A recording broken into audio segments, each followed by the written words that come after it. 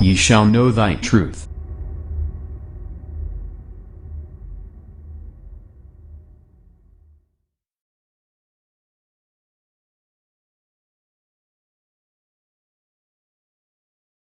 A crack more than 120 miles long on the east side of the Antarctic Peninsula, finally breaking off, creating a spectacular iceberg weighing more than 1 trillion metric tons, roughly the size of Delaware. UCLA professor Aradhana Tripathi has spent her career studying Antarctic ice, traveling to the very peninsula where the ice shelf called Larsen C broke off.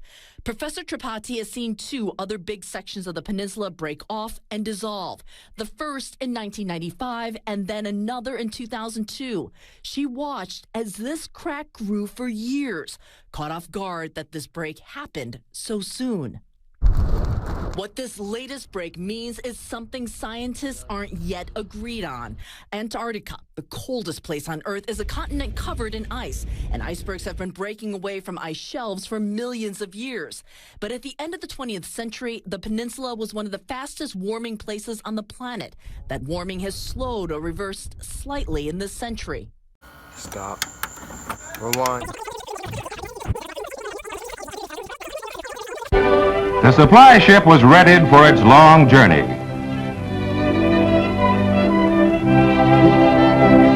Soon it was to trade New York's harbor for the ice-packed perils of Antarctic waters. Admiral Byrd on deck, along with the ship's skipper, Captain Melville. History was in the making as Admiral Byrd stood on deck. Then his ship plowed toward the open sea. Byrd climbed up the rigging for a last look at the New York skyline for many long, lonesome months. Admiral Byrd and his companion plane will try the 800-mile flight first. The others await his orders. At Little America, cameramen and Admiral Cruzen wait anxiously. And there comes Byrd. Cruzen can relax now. The skis work perfectly. Daylight finds the planes over the pack ice. With frozen depth below and weather closing in, navigation becomes tricky. This close to the pole, the magnetic compass is no help. Now beyond the pole, Byrd focuses his cameras and magnetic detectors on land new to him and to all mankind. Bunger leans forward in amazement. His eyes have caught a sudden and unbelievable change in scenery. The universal white has turned to chocolate brown, dotted with blue. A cameraman goes into action. 300 square miles of land without snow. Land that might be in New Mexico or Arizona. Pictures alone will prove Bunger has discovered a warm oasis in the shadow of the pole. It is for such supreme moments as this that men brave the hardships of exploration. The astounding, undreamed of fact is that they are over a chain of warm water lakes whose shores, except for small patches, are free of ice and snow. Commander Bunger circles the largest lake in sight, 5 miles long. He comes in to make a landing. Water temperatures must be recorded. Samples taken. He finds the water fresh, the temperature 38 degrees Fahrenheit.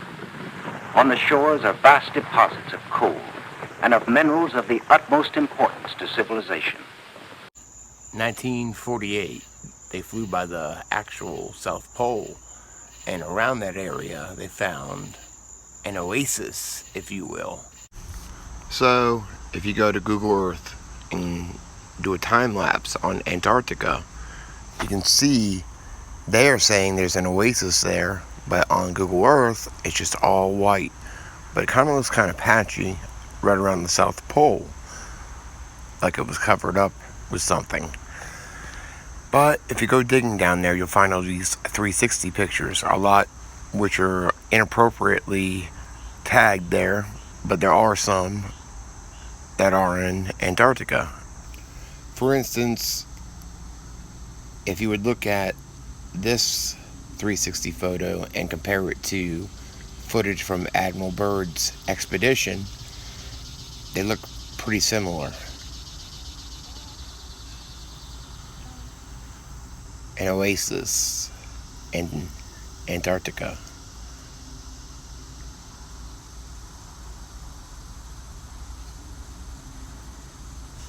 And then, of course, there's this one, which kind of blows me away. It's like this giant sea right around the South Pole. Lots of mountains in the background. They kind of look like evil castles in the background. It's pretty cool looking though.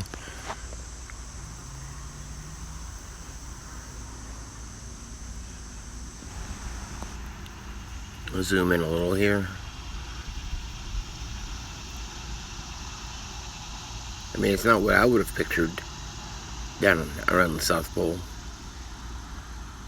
And it's definitely not all white like Google Earth shows it.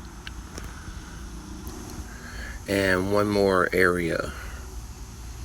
This place is pretty crazy looking.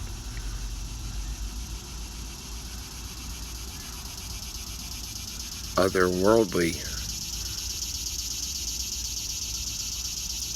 So yeah, these are all around the South Pole, right around the South Pole of Antarctica, and it's not a white, frozen, barren land directly around the South Pole. At least, it's very alien. While I'm exploring Antarctica on Earth, I decided to take a look around and just see what else I could find, and that's when I found this. So off the coast, if you go between Antarctica and South America and over a little, you'll see these little islands. And if you just play around and look around and turn on all the filters like pictures and all that. Sorry about the cicadas. There's a lot of them around here. But you'll find this.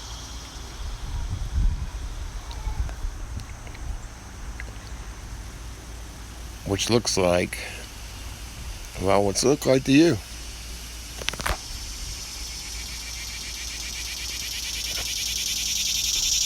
The cicadas, no.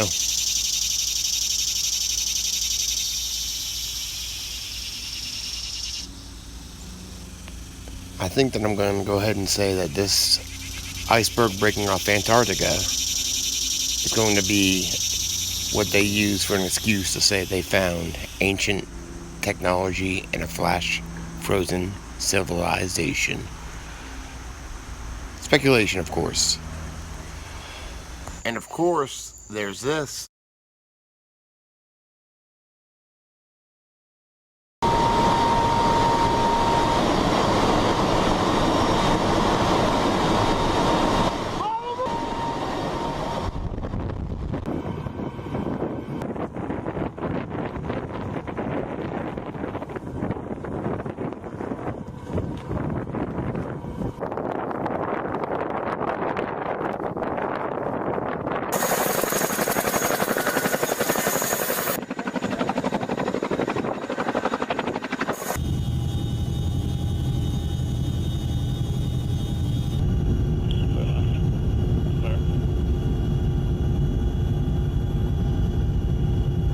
The rear guard of Admiral Byrd's intrepid 4,000, veterans of the Antarctic, trained to combat the sub-zero enemy of the polar continent.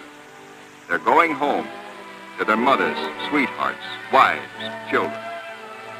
Home, strong in the knowledge that they have met the Antarctic's heaviest battalions and conquered. This is to be their lifelong reward, this knowledge and the Navy's highest commendation. Well done.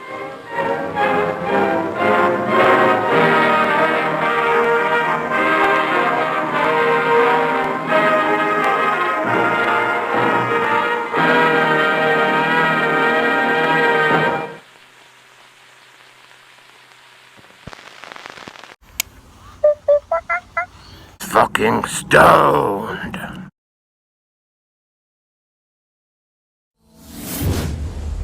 Ye shall know thy truth,